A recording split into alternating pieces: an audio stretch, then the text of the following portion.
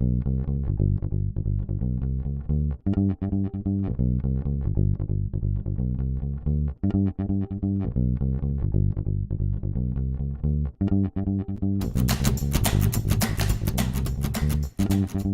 message is from the U.S. Department of Veterans Affairs. Did you serve in the military? If so, you can obtain a free lifetime pass to more than 2,000 federal recreation sites. These sites are located across more than 400 million acres of public lands, including national parks, wildlife refuges, and forests. The lands host activities to fit any lifestyle: hiking, biking, fishing, camping, and much more. Gold Star families are also eligible for these free lifetime passes. Plus, they cover entrance fees for a driver and all passengers in a car, or up to 3 additional adults at sites that charge per person. Obtaining one is easy. Just go to the National Park Service website, nps.gov, or the National Park Service app.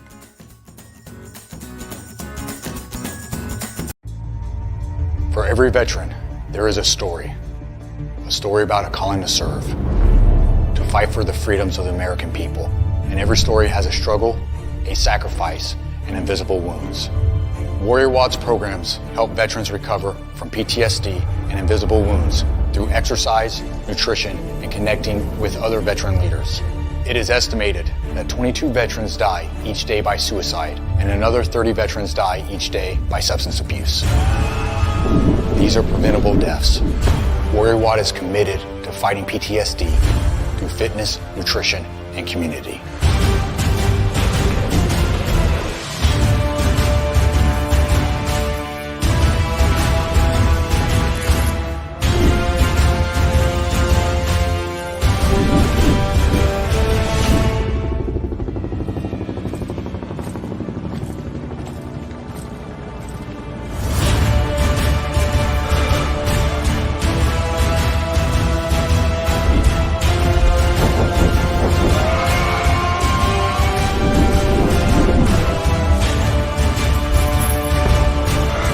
Got the privilege and opportunity to support our heroes in their time of need. Will you join us and take action?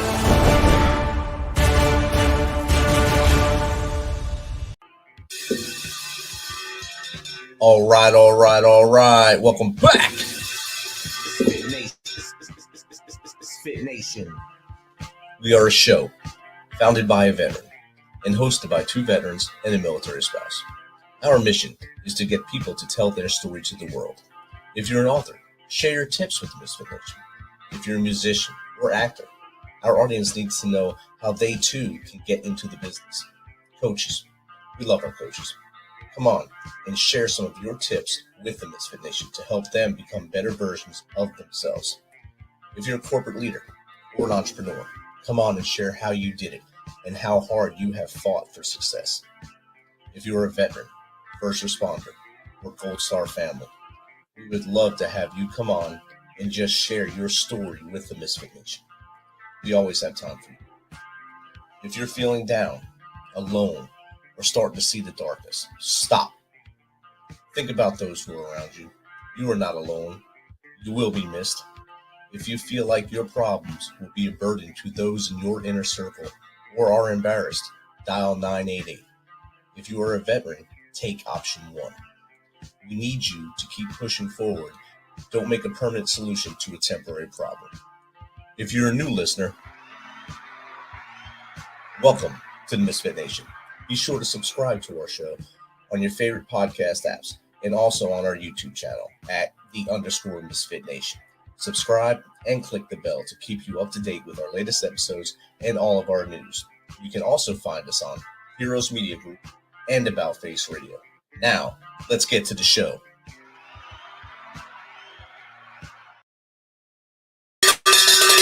All right. Welcome to our final show of Veterans Week. Our intended guest had an emergency, so we're bringing up a recap of one United States Air Force Colonel. Chris Ronos will be the show that we play. We spun a wheel, and that's the one we chose. It's a great story. He's done a lot of great things for our country, and we just wanted to get a good show from a veteran on. So he's the one that we're going to put on tonight. Before we go to that, I want to say happy birthday to the United States Marine Corps, celebrating their 248th birthday tomorrow. Please do not overdose on your crayons tonight or tomorrow. And have a great weekend, everyone. It's a great Veterans Weekend. The Misfit Nation will be live at the University of Georgia versus the Ole Miss game this weekend. So please have a great weekend, and we will see you on the flip side.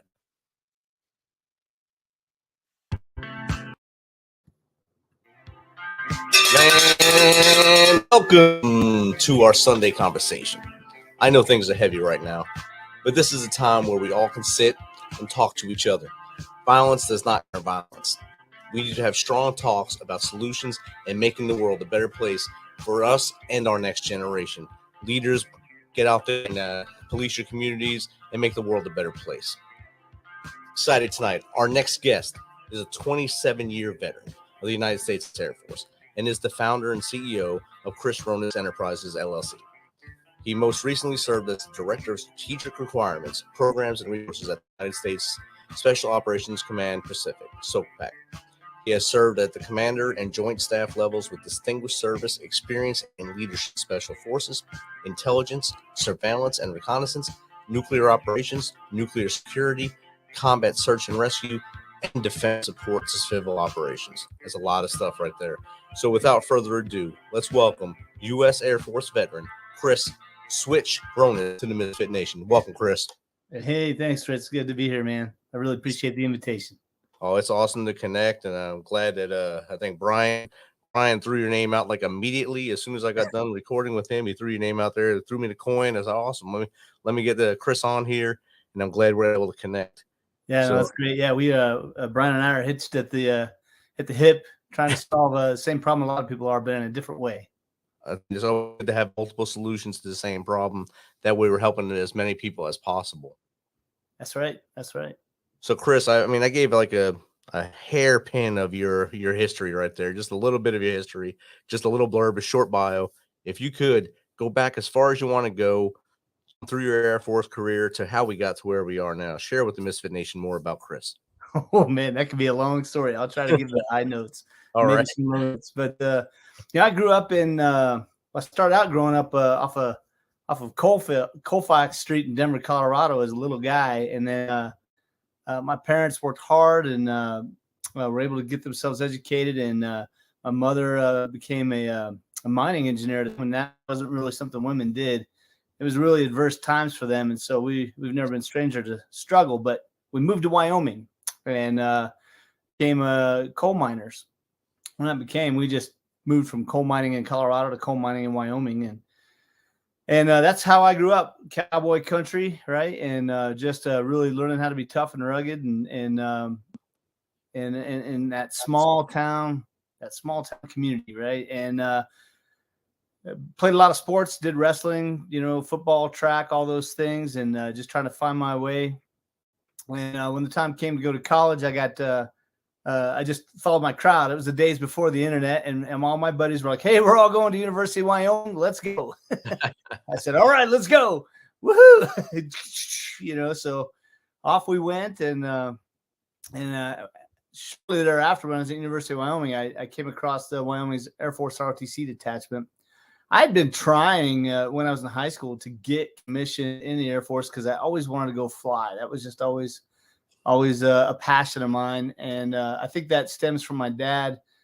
He earned his GI Bill, right, doing a couple of years in the Army, working on half tracks. He never talked much about his service, but one day when I was in high school, he noticed that I had quite a passion for aviation after I started plastering airplane photos all over my wall. And he walks in, he hands me a stack of books, and I said, "What's this?" He goes, "Oh, these are all these aviation mechanic books from me becoming an aviation mechanic." But as soon as I graduated, the airlines went on strike, so we had to do something different. I was like, "Oh, had no idea." But from there, just trying to get accepted into a commissioning program, I didn't have the marks. I wouldn't say I'm the fastest, the smartest, or the brightest kid, but I don't know how to quit. And I'm not afraid of tackling a hard problem and keeping after it until we solve it. And so that's just kind of what I've always done. I guess that's what you get when you're the byproduct of a mother who's an engineer and a father who's a mechanic. You do get the faculties to and the ability to learn how to solve hard problems, and as a mechanic product, the desire to fix them all. So anyway, from University of Wyoming, I eventually just enlisted in the Air Force, worked on RC-135 aircraft, and was stationed at Offutt Air Force Base as my very first assignment. Loved it, loved the aircraft, loved the mission, loved the Air Force, and just kept trying to get that commission, just wanting to fly. And at that time, the Air Force had what they called a reduction in forces, and they were not bringing on new hires. And so there I was, and it's kind of a funny story because I think at that point I was probably on my 10th different application for trying to apply to become an officer in the Air Force. So I had some friends that got commissioned with at the University of Wyoming that were stationed in my same unit at Offutt. And they were like, hey, we know you want to be an officer. Come with us. We're all going to work on our master's degree. I'm not interested in that. I was good with the bachelor's. Like, I don't want more school. Nope, come on. And thank God they did that, right? They knew the vision and they knew what I needed to do well before I did. And so I just listened to them. And ended up getting finally picked up for commissioning program at University of Nebraska at Omaha after being enlisted for 4 years, working on reconnaissance aircraft as a mechanic, avionics. And when I went to get my commission, it was interesting because if you go back to when I was at University of Wyoming, one of the reasons why I couldn't get commissioned at that time and couldn't be a pilot is my eyes weren't 2020. One of them was 2025. And that was just a requirement to become a pilot in the Air Force, right? And it's all about needs of the Air Force and what they need during the times that they have it. And I understood that, but that was just a soul crusher for my lifelong dream. And I'll never forget that clinic. That was at F.E. Warren Air Force Base in Cheyenne, Wyoming, back in the late 80s. They said, sorry, son, you're never going to be a pilot in the United States Air Force. And I just never forgot that. Well, after I got commissioned, I got the opportunity to go fly helicopters. 9/11 happened while I was at pilot training. And that's when I decided I wanted to be closer to the fight with combat rescue or special operations or something to that effect. Against swing guys, I'm just a dirty wrestler and football player, and I wanted to be down in the weeds, And so I got an opportunity to do that. Did some flying at Fairchild Air Force Base, supporting the survival school there, and really getting to know that rescue mission, and had the opportunity to be a part of some significant rescue missions, including one for a guy you might have heard of named Marcus Luttrell. But I was not flying for that mission. I was behind the scenes working things in what was called the Combined Air Operations Center and the Joint Personnel Recovery Center. That was an eye-opener for me because at the time I was just a lone Huey guy. Most people don't know the Air Force even has helicopters, let alone old school Hueys. Say that to an Army guy, he'd be like, I thought we retired those. I'd say, yeah, not yet. Not in the Air Force, but it's a great machine to fly, man. It's so much fun. It's the last kind of real helicopter flying there is. There's so much automation with everything else. That thing, you cannot take your hands off the controls for sure. But yeah, so from there, got the opportunity to go into Air Force Combat Rescue. Did that, 55th Squadron for a while, and then got to go help the Air Force replace its old Huey. And then I got the opportunity to build a new squadron and a group that didn't exist at, wait for it, F.E. Warren Air Force Base, where 20 years before they had told me, sorry, you'll be a pilot in the United States Air Force. And let's just say there was nothing of a cooler moment than flying over that exact same building that was still a clinic as a squadron commander and helicopter pilot in command. And might have been some communication there that was nonverbal, but either way, it was celebratory. And from there, we went on to get to go be a part of Special Operations Command in the Pacific and work requirements, and spent a lot of time in Air Force Global Strike Command, where we worked all the nuclear security issues, and that's what we were doing with the helicopters there. So that is Chris Ronas in a nutshell. There are 5 million underlying stories behind each and every one of those that helped me learn to be resilient, even in the toughest of times. Oh, I bet. I mean, from your mom being a mining engineer, your dad working on when you said half tracks, I was like, wow, that's the Wayback Machine right there. Half Yeah. tracks. You don't see a lot of them anymore, except like maybe in a museum or in Europe, in Eastern European armed forces right now. They still have some half tracks that they kept maintained for now. And then of course, I never missed the opportunity to mention that. Hey, the stuff you worked on is in the museum, but then he reminds me that hey, the things I flew on are also going that way now. there's a couple sitting right here at Fort Campbell on pedestals right now. UV's just sitting Right? there as decorations. So yes, Yeah, your dad has that up on there too. yeah, he does. But you showed throughout your story resilience and that challenge accepted kind of mindset. I'm sure when you got to fly over that clinic again, it was like that little giddy up in your step, that little hitch in your flying at that point, saying, "Hey, I'm back. I'm here. I'm staying." And you were wrong. Yeah. So that's a great feeling for you, I bet, when you were able to get through that and be the squadron commander. You know, it was. But I'll tell you that journey I just walked you on, being afforded the opportunity to go enlisted before becoming an officer, hands down. You have the troops that I served with and for how good of an officer I was for them. But I truly believe that had I not had that enlisted experience, I would not have been a good officer at all. I'd like to think I was at least a little bit of a good officer because I understood that world, the challenges in it, and had a great appreciation for it and for the workforce. I mean, any service, the enlisted corps is absolutely the backbone, right? There's nothing happening without them. You could be the best. You can be the best officer in the world, but you can't do it by yourself. I don't care who you are. It definitely takes a team, and even for the NCOs, it takes a team below them but above them to make that NCO core strong as well. That's And I right. think that's the thing that separates our military from the world is our NCO core, as we prepare not just the enlisted but our junior officers to become great leaders as well. Oh, hands down, man. It'd be like watching a football game tonight. It'd be like the quarterback out there thinking he could do it all himself, right? Like, Yeah, without an offensive line at all. yeah, it wouldn't take long to get squashed for It sure. hurt a little bit. I mean, it hurt for a while, but you get over it after a couple of years, maybe of Yeah. that pain and suffering. It'd be all right. And now you started out Chris Ronis LLC. Tell us a little bit about that. Your leadership goals there.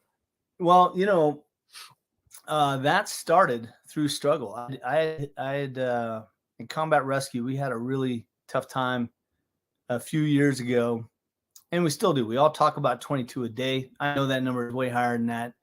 I see all the things that all the DOD, everybody is getting after. I mean, there's Department of Defense policies. Every service has a policy, a training program, or something, and yet we're still having we've been talking about 22 a day for a long time. Numbers should be getting smaller, not bigger. Exactly. So we're missing the mark on something. And I had, through a lot of close personal experiences, had lost a lot of friends. 1 year I lost 6 friends in the course of just a matter of months. And that was enough for me. And then dealing with some own struggles, while I was a squadron commander, my wife and I had lost a daughter, and that crushed us. And but I always believe that life, you can take two approaches. You can take the approach of I'm the victim, or you can take the approach of, hey, what can I make of this to do something awesome to improve myself and to help the other people around me in case they have a like experience, or if nothing else, be that example of how to endure struggle so that someone else can see how to do that too. Because we're all human, and you're either in a struggle, you just got out of one, or coming for you, and that's always going to be a human thing. There's no way out of that. So Exactly. Anyway, to that end, Toya, I had this acquisition background, from the Department of Defense. They trained me in all things requirements and understanding what the warfighter needed and where the performance gaps were and all that. I had this great ton of life lessons learned through all my trials and trivials. And even before that, like my parents were just incredible role models, and struggle was real every day. And it just became like a fact of life, and it doesn't have to be. But all those lessons and put all that together with my aviation experience and my combat rescue experience, where our credo is these things we do that others may live, then it becomes something that became this just moment of aha, right? Of, hey, there are some gaps here that we haven't addressed. And I was fortunate enough to take an idea that I had, and through a series of interesting and amazing events. Got to share it with Simon Sinek. And he was like, hey, you have something here, but it's first half, not the suicide prevention stuff. It's all these other tools that you have ahead of time and how you're teaching people to connect. That is incredible. It's positive. It's proactive. People need that. And so I found 2 gaps. And that's why I started Crystal Enterprises. And I started it on the foundation of an acronym called MATTER, M-A-T-R. And people are like, oh, I'm tired of hearing about how I matter, or this life matters, or that life matters. And I'm like, MATTER, that acronym has been around probably since the inception of Air Force aviation. It's an acronym that we use when we're in an emergency situation in an aircraft, right? When the wings are about to fall off, or the engines are on fire, or things are falling apart, we use that to stay calm. And the cool thing about aviation is you're always training and preparing for the mission, but you're also always training and preparing for an emergency. That's what you're doing.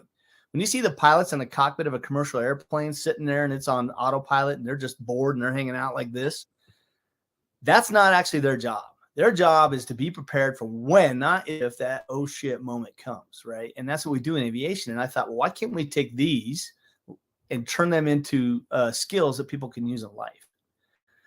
So at the end of the day, what I do with Chris Furness Enterprises is I help military members, military spouses, and veterans avoid considering suicide as a solution to all their problems by giving them the tools they need to solve those problems before they even become a struggle or a crisis. And it all starts with connectedness. And so that's how it works. You know, I ask people all the time, Rich, how many trusted confidants do you have in your life? And they'll stop and think about it. In the older generation, probably about 35 and older, the average and even the national average, when you look at pick your study, anywhere between 2.2 to 2.6 is how many people think of. Now, I don't know what you're going to do with a 0.2 or a 0.6 of a friend. You know, it's an average, right? And there's this incredible, brilliant mind named Robin Dunbar, who's studied all this about people and how many relationships you can manage, which is about 150. How many what's the maximum number of close confidants you could even manage in your life? That's about 5. And so when you say 2.2 to 2.3, I encourage people to figure out who their 5 are, because something can happen. When your confidants, they have life happening too. They could fall out for whatever reason. Maybe you have a difference of opinion, or maybe they moved away. But with today's technology, you can reconnect to all your confidants, right? And so that's the real powerful part, is however many, like you're thinking right now, Rich, of how many confidants you have, right?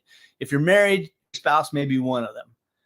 And that's okay. But for what I teach, I recommend that you keep your spouse as a separate confidant from what I'm about to tell you next. And that is, of the confidants that you've thought about, how many of them are actually connected to and know each other through you? Or do they only know just you? Right. And that is really powerful part. It's powerful because it's scary. Like, I don't want my buddies from high school necessarily hanging out with my professional military friends, because they might say stuff about me that I don't want those guys to know. Right. That's what we think. That's what we fear.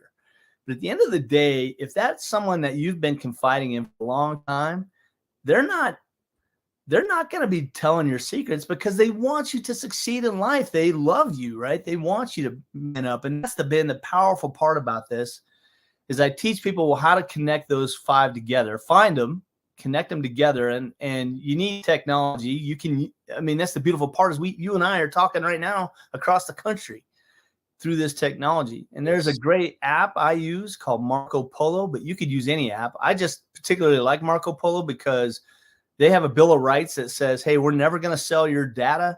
We're never going to push commercials on you. We're never going to push AI, like nothing. It's just you being able to leave a video message with some friends. And so the power in that is it's more authentic than a text. You text your buddy, hey man, how you doing? They're like, oh, I'm good. Yep.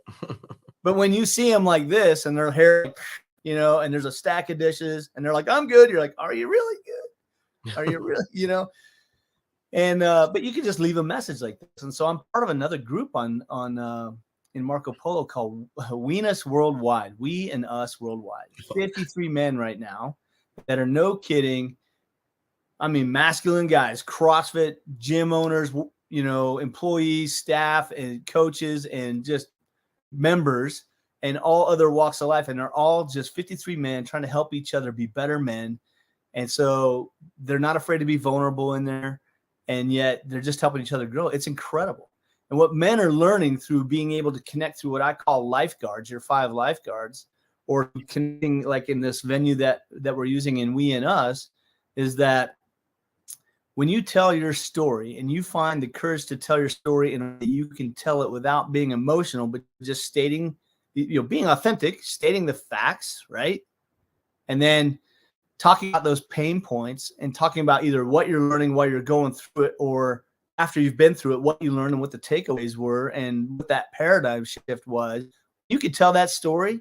Every time you tell it, you end up healing yourself. And in the process, you're also helping somebody else out. So you're serving, and especially for military veterans, that's powerful because that's part of the reason why we joined the service. And even if it's not why we in the service, it's something we left the service with. And the challenge for veterans is when you leave the military, you lose your team, you lose your tools, right? You lose your purpose, your identity, yourself, and you lose your way. That's how you become a 22-day statistic. And so what I do at Chris Ronis Enterprises is I go way upstream of that, and I interrupt your thoughts on all of that, because suicide, we're trying to solve suicide. The problem is those people that hit that dark spot, that is their solution to all their problems. So you're trying to solve somebody else's solution. It doesn't work.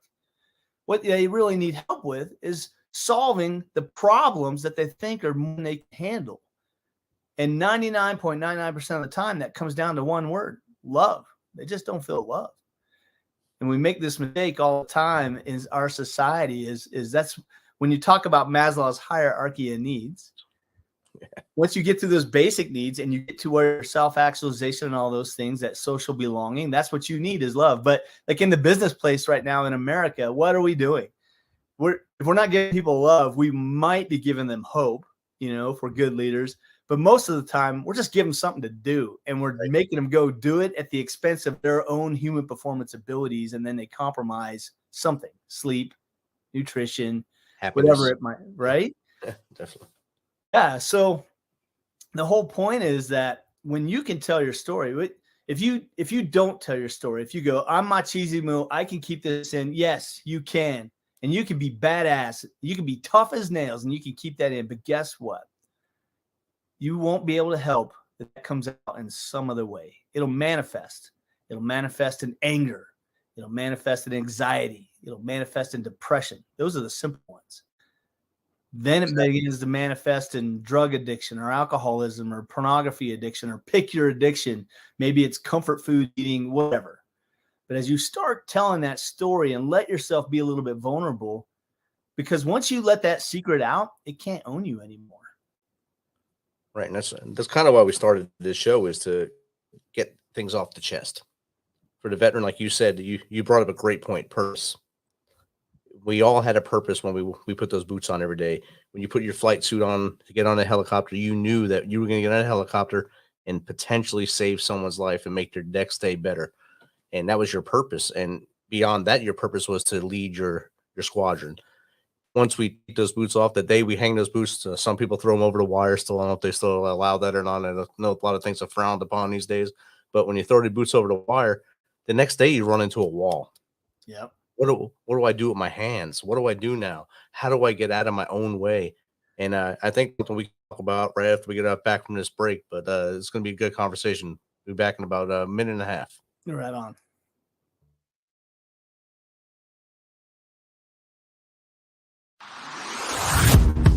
Hey, I'm Amanda from Trifecta Fitness. We're proud to be Clarksville's new Get Fit headquarters. Trifecta Fitness is a state-of-the-art spin and strength training studio. Our spin studio is truly one of a kind in this area, complete with 20 state-of-the-art live fitness bikes and an incredible sound system. Our strength training is done in small groups of 6 or fewer, and all of our strength and spin classes are scalable for every level of experience. Come see us. Heart of Clarksville, just behind MAPCO at the corner of Old Trenton Road and Wilma Rudolph Boulevard. Call us for more info at 931-542-6265 or download our Trifecta Fitness app for a full list of upcoming classes. All right, we're back with Chris Ronis, U.S. Air Force veteran, owner of Chris Ronas Enterprises LLC. We were talking about finding purpose, how we stop the tide of the 22 a day, well, the 22 reported a day. That's another point you brought up earlier. That number, depending on who you talk to, could be as high as 44 a day or even higher than that, because there's numbers they don't count when they do these studies. If it's someone that has maybe a drug overdose, like you were talking about addiction earlier, that number does not get factored in right away. So they don't look at that as a suicide, or an accident because they were driving out of control when they did something and something happened. So there's a lot of our brothers and sisters that we're losing that those numbers aren't counted for, but we know in our hearts what happened. Just this week, a highly decorated U.S. Army Ranger was lost.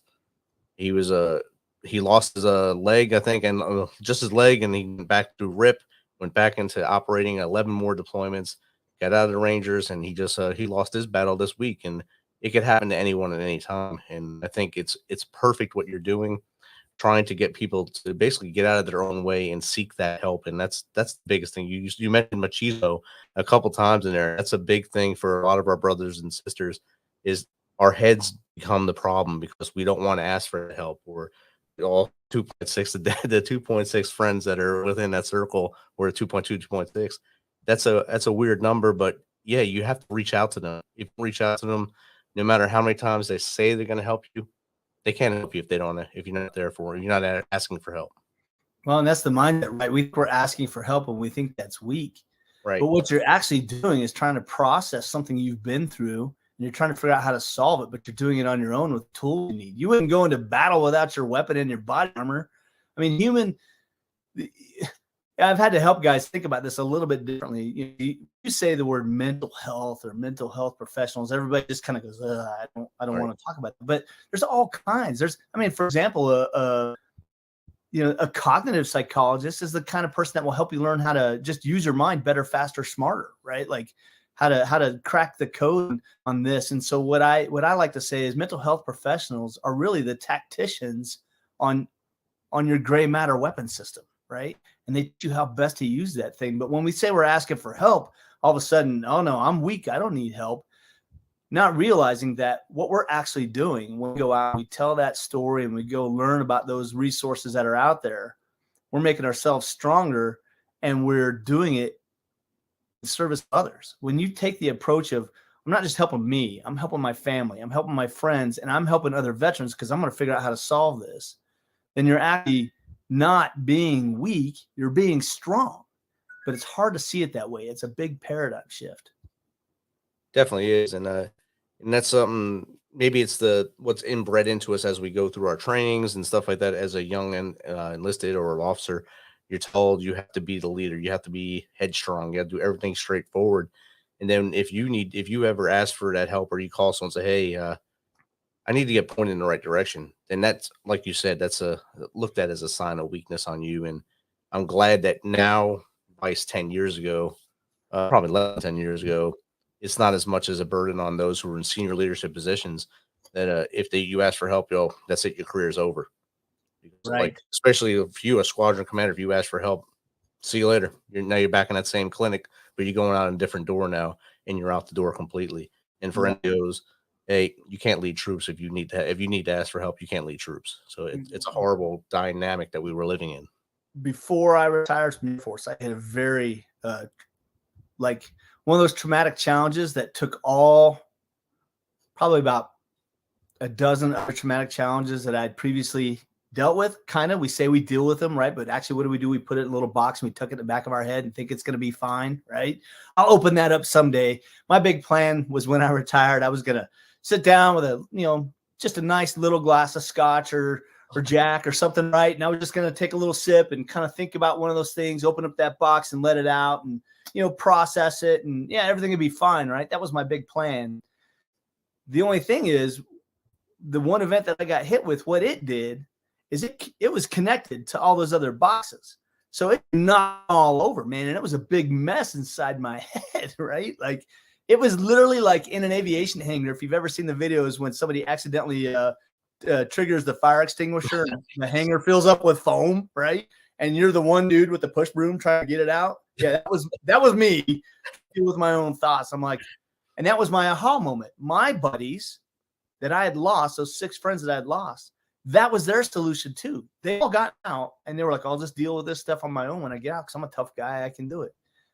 And they didn't get there because it was more than they could handle, because it took all of those things out all at once. Something triggered them all. And that, to me, that was the first aha moment. And so I created, You Matter, right? What I did is built this card. It's just a reminder to people. This is not a business card, but on the back is a checklist, because 40%, Rich, 40% of the people that make the decision to end their own life and act on it, they make that decision and take the action within 5 minutes. 5 minutes. Wow. Percent. That means they have to be their own hero, because there's a big psychological aspect to this, right? That emotional brain, man, when it takes over and it starts running away with you, it's hard for the logical brain to really get in. There was a great book called Switch, not related to my call sign, but the guy in there gives an analogy of your logical brain being like the rider, the little guy that sits on top of the elephant, and the elephant is your emotional brain, right? And you've got to kind of convince that emotional brain what do you want it to do. And it was a great analogy. The point is, this is how you do that. You carry this with you, and it's an attempt to help you remember that you got some training and you can interrupt those thoughts and do something by just reading a checklist, because we're military. We like checklists. I give them a wristband to help them remember that this is in their pocket. Like, I'm trying to help them just remember how to be their own hero, because it's just you on your own. Right. Checklists and acronyms. That's what we live by. And Motrin. That's the 3 things that we're taught in the military. Checklist, checklist, acronyms, Motrin. And that's how we get through life until you shut that door. And now you need someone like yourself on the outside to say, hey, look, you still matter. You still have a purpose. Keep that wristband in your pocket, or put it on your wrist. Even that might help even more. So you see it and you look at it every day. And I think that the world needs more people pushing our brothers and sisters to the light instead of to the darkness. Well, and that was the big revelation, right? It's okay. I had all these struggles. How many of them did I actually plan for, prepare for? How many of them could I have seen coming? And I just started using all my aviation emergency procedure tools that I had learned, because they're ingrained in my brain. Right. I used all those tools to get out of that huge struggle. And so then I went back and said, okay. And I created this system of thinking where, I told you what happens to vets when they leave the service. So here's what I do. I help them reconnect to the cutoffs. And then I give them the tools based off of aviation emergency procedure best practices learned. I adapted them to life, or break bad habits or make good ones, but it's all the tools you need to help find your purpose and think linearly about just different areas of your life, kind of like a guide, because sometimes life gets so overwhelming you can't put your finger on the things that are bothering you or what those struggles are. So I just challenge you to critical think in a mastermind system where it's just me talking to you, but you don't have to share any secrets with me because it's recorded, right? And I can do it live or whatever in a large group, but it doesn't matter. They're journaling to themselves, and then they share with their confidence whatever they feel comfortable with sharing. But we all have that thing we're taking with us to the grave, Exactly. And then listeners chimed in and said, welcome, Chris, or what up, Rich? It's Jake Holland. He'll be our guest Tuesday night, EOD awesome. Veteran. We understand everything we're talking about very well. And thanks, Jake, for mentioning that on there. Yeah, that's awesome. Thanks, Jake. But at the end of it, go ahead. Sorry. I was going to say, at the end of it, even when you get through those tools, this is what you're building yourself, is a way to recall some things from memory, solutions that you built for the potential struggles you identified, so that when, not if they happen, you've already got a plan that you can deviate from, even if it's not exactly how you thought it was going to go down. Exactly. And as you know, being military, every plan is awesome until the first bullet is shot. Yeah, never survives first contact. Never survives first contact. So it's you wind up in that moment, oh man, I'm by myself. You're not by yourself. You got to reach out. You got to step out of that box, step out of your closet, wherever you are hiding at that point. Walk outside. Maybe just yell outside if you don't have any friends close to you. Yell outside. Someone around there will hear you. They'll come to you and say, hey, brother, what's going on? Maybe you walk that path back to the light, and then find the help that you actually need at that point. Because a lot of times people don't go get help. Is that might be the problem. I don't think anything's wrong with me. I didn't change. You changed. And that was something I dealt with for a long time. My first combat deployment was Ramadi, Iraq. I came back and my wife and daughter both said I changed. I said, no, you changed. I didn't change. I'm fine. That was 2003, 2004. I didn't get help to 2016. That's when I finally sat with a doc. But you got help. I got help. I made it to there. See, I finally looked and said, yeah, it is me. It isn't you. And I need to get this help. And thank God for Dr. King Counts. And he helped me out. And he put me on the straight and narrow and to where I am now trying to help others. good for you. And this is amazing. What you're doing is absolutely phenomenal, man. This is just, I can't even describe it in words because I know it's helping that many people. I just hope it's like I tell people all the time, if I reach one, I teach one. That helps me out a lot. If I save one, that's enough right now. But if I can save everybody, which I know is a crazy goal, if I can save everyone, that'd be amazing. But if each show, if I save one, reach one, that's amazing. That's the same philosophy I have. If I can just help one person, then all the blood, sweat, and tears going into this is worth every bit of it, right? Exactly. That's I it. want to flip a little bit here and find out why you were called Switch. Why was that your call sign? Well, in the Air Force, we have what we call naming ceremonies for aviators, and at the end of the day, it's just a it's a fun way to kind of, usually you get a nickname because of some buffoonery you did or something unique or some identifier about you, right? That's kind of how it happens. And in my case, by the way, when we do this, someone will tell the story, and the rule is it only has to be 10% true. There it is. Yeah, only has to be 10% true. But what they do is, in our case, you have to shove your arm in a bucket of ice, whoever is telling the story, and they can only tell the story for as long as they can keep their arm in that bucket of ice, and that kind of limits the other 90% of falsity from happening as much as it could be, keeps it from being too grandiose. But at the end of the day, how I got that call sign, I'm a wrestler. Switch is a wrestling move. And we were playing a lot of video games, and this guy had tied this story. He grabbed like 5 or 6 different elements from this different things that I had done throughout the deployment and tied it all together to this call sign. But at the end of the day, it just kind of comes down to, like he was kind of poking fun at me of, we were playing a video game in between breaks or whatever on deployment time. And I would turn my hat on around backwards so I could see better. And he's like, it's kind of like he goes over the top sometimes, kind of like, in, that movie Over the Top, where his arm up and pulls the switch, right? And there's a very unpolitically correct story about what finally made that be a punchline that led to the call sign. But at the end of the day, what I'll tell you is it comes down to I just had a way and a knack, and I still do, of being in a shitstorm, things going wrong. And I will always find the ways of where the opportunities are to turn that crappy situation around and make it a good one. I pull a switch. In wrestling, you're the guy on the bottom and you're getting your butt handed to you and the guy's dominating you, and you do a switch and now you're on top and you're owning the situation instead. So that's the Cliff Notes. Outstanding. I didn't know that was the naming ceremony with the hand in the ice. That's outstanding. You tried to make it. I figured there was a lot of the 10-90% stuff there. Because that's just the military way. You only get about 10% truth in every story. It is a really cool piece of Air Force aviation history, and one that I hope the Air Force continues to preserve, because, call signs, and, we don't actually use our call signs in the aircraft at all, in crewed aircraft in the Air Force. We use crew positions. Hey, pilot, co-pilot, gunner, flight engineer, and we talk to each other that way.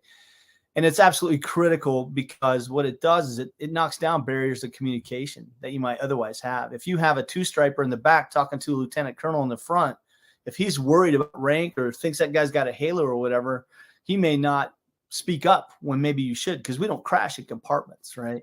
Right. And that's kind of how that stuff started. But I love that part of our heritage. It's outstanding. And another part that you brought up, you were there when with the rescue of Marcus Luttrell of lone survivor fame or infamy. I was also wounded in that same area just 5 years later from that.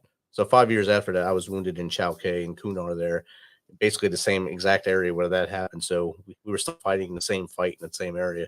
That so is I always have him starred next to my that is name. some crazy terrain, man. Yes, and that is. You guys are usually the only ones that would fly in there for us. And then when I was in Kandahar, it was the Task Force Pedro, which was Brian's side of the game there. Yeah. So those guys come anywhere. Yeah, Brian and I flying that same airframe, doing that same mission. But in that scenario of Marcus, I don't even know if Marcus Luttrell knows this. I've never had a chance to talk to him or meet him or even shake his hand. But I love what he's doing with his scenario and how he told his story and how he's helping so many others by telling that story, right? And other stories. But I was behind the scenes coordinating all the air power overhead that was trying to protect him and his team, right? And there were certain things we didn't know. There were certain barriers to communication we had between, Blue Force, Air Force, Combat Rescue, and SOF, right? And all those things at the time. Those barriers are gone now. Fast forward, probably 10 years after that, there I am flying a combat rescue platform in support of those teams because we had created Durloth and some other stuff, right? And learned those lessons the hard way. Right. But that was a very humble experience, yet honored to be a part of it and wished it had a better outcome, but very grateful for Marcus and what he has done, his life story about that time and everything else he's doing. Absolutely. Definitely. And his brother's a congressman now. He has the team Never Quit podcast, a very good podcast. Is one of the things I looked at when I was creating this podcast was his podcast. And I actually tried to get him to come on, but he's so super busy. It's hard to get him to come to the little guy right now. But someday he'll be on here, and I'll have a chat with him as well. But you're right, he is doing great. He took basically a basket of lemons and made it into lemonade, and he's doing great things for everybody besides him, not just himself, but for everybody. I don't think he just made lemonade. I think he took it a step level, a step higher, and he made like lemon slushies and lemon margaritas and limoncello. He squeezed every bit out of it, and he's doing the most good he can with that, and it's amazing. And he got Mark Wahlberg to play him, so I mean that's a big plus right there. There you go. You got the Funky Bunch to come in there and play him on the show. So I'll guarantee you, he was, he had to have been on the scene, like just making the details as perfect as they could for Hollywood, right? I'll guarantee you, he had to have been very invested to make sure that was right. And he was in the movie in two major scenes of the movie, so he had to be there. Oh yeah. Well, but besides that, I know behind the scenes, technical stuff. Just having watched that and knowing what I know, I'm like, wow, okay. So, Chris, if you can give a young person wanting to join the Air Force and go into your path, the pilot path, any advice, what would that be right now? Man, well, depending upon the age that they're at, right? But the most important thing is understanding that, you've got to be good at academics. I mean, I kind of poke at myself a little bit for not being the smartest or the fastest guy in the room, but I know how to work hard and I know how to never quit. But you still got to have that aptitude. You've got to be able to work hard at your math. You've got to be able to work hard at writing and understanding things, because there's going to be a test just to get in your foot in the door, right? But the most important thing you can do that we all don't like to do when we talk about trauma is ask for help. If you want to become something that you're not, go find somebody that's already doing it or that's good at it, that's willing to mentor you, and ask them to help you and guide you and teach you how to get there. And you'll be hard pressed to find someone say no. If they see how hard you want to succeed, they're going to want to bend over backwards to help you succeed. Your attitude is everything above all else. They really say your attitude, determines your altitude in the Air Force. And it's so true. If you have a good attitude and you're willing to work hard to do something, people really will come out of the woodwork to help you, as long as you ask for it and tell them what you need to know and you put the work in. That's great advice right there. I like the part that you want to put the work in. And that's the one thing. You can ask for all the help you want, but if you don't do the work, it's still not going to pan out, and you can't play the person. And look, even in reaching a hard goal like that, that's a struggle in and of itself, right? Any hard goal. It's not going to be linear. It's going to be not go the way you think. Like my case, 10 years, 10 applications to get there, right? I was an old guy by pilot's training standards by the time I got there. But you can't ever give up, because if you give up, then you'll never know, right? Exactly. That's what you're known as, the person that gave up, not the person that kept fighting. That's right. That's great advice. Now, how does someone get in contact with you now to find out how you can help them, or help maybe someone they love that isn't really ready to get a help yet, but they want to get you in contact with them? Yeah, the easiest way, you can see my name on the screen there. Just go to chrisronis.com. I got a webpage there that kind of tells you everything that I'm up to, what I'm doing to try and help our veterans, and how connect them all together, and connecting all our nonprofits together. Because we've got like 400,000 nonprofits getting after it, but we're siloed, man. Let's connect. let's figure out where the gaps are and let's really get serious about this. Definitely. And I think one of the best sayings on your website is what I'm going to put across the bottom of the screen right now. Get awesome, stay awesome. And I think that's a great saying. I'm sure you have a story behind that as well. I'll give you a couple of minutes to throw that out there too. Absolutely. Well, the thing is, look, getting awesome is the easy part. There are 7 areas of your life I have you score, and I won't go into it, but those come to a number that you can use to communicate with your confidants about. So if you have a tough time talking about your emotions, you can just give them a number. Hey, my score on this thing is 72. Oh, okay. Next time you talk to them, hey, I'm at an 82. Wow, life is great. I'm at a 62. What's going on? I don't feel like talking about it. At least your friends know to pay attention to you. But at the end of the day, getting awesome is the easy part when you use that tool. Staying awesome, man, that's the grind. That's the daily challenge every day, because you're never going to be perfect. And if you try to strive perfection, that's a fool's errand. But if you strive for perfection, you may achieve excellence in many aspects of your life, right? So get awesome and then work hard to stay awesome. And if you do those 2 things, you're never going to be a 22 a day or 44 a day statistic. And better, you're never even going to consider that as an option because you're too busy focusing on how to get awesome and stay awesome. Outstanding. Chris, again, thank you for agreeing to come on and hang out with the Misfit Nation and share your story with us and with the audience especially. And of course, your journey through the Air Force, to your fight, your struggle to get into that pilot seat and to succeed as a pilot and to become a squadron commander and to where you are now. Thank you for everything you're doing. No, man. Thank you, Rich. I appreciate, again, just having the opportunity to have this conversation with you. And thanks for all you're doing, man. This show is fantastic. Keep it going, brother. And I'm going to help you grow too. I'm going to spread the word like fire. Outstanding. I love that. And just don't forget to subscribe to our YouTube. That helps us out just as much. You got it. I'll see you in 2 and 2. Hey, stay awesome. Thanks for checking us out. This is a message from the U.S. Department of Veterans Affairs. Got a question about your VA benefits, healthcare, or eligibility? Go to va.gov, where you can access a new interactive chatbot to ask questions 24/7. One can still browse va.gov for information, but you can now ask specific questions to the chatbot, like what's the PACT Act? How do I apply for disability benefits? What's my claim status? Thanks for checking us out and being a part of the Misfit Nation. Don't forget to visit our website at themisfitnation.com. That's themisfitnation.com. Check out all of our past episodes and get some of that great Misfit Nation gear. As always, be humble, stay hungry, and keep hustling, because we are Misfit Nation. Misfit Nation. Misfit Nation. Misfit Nation.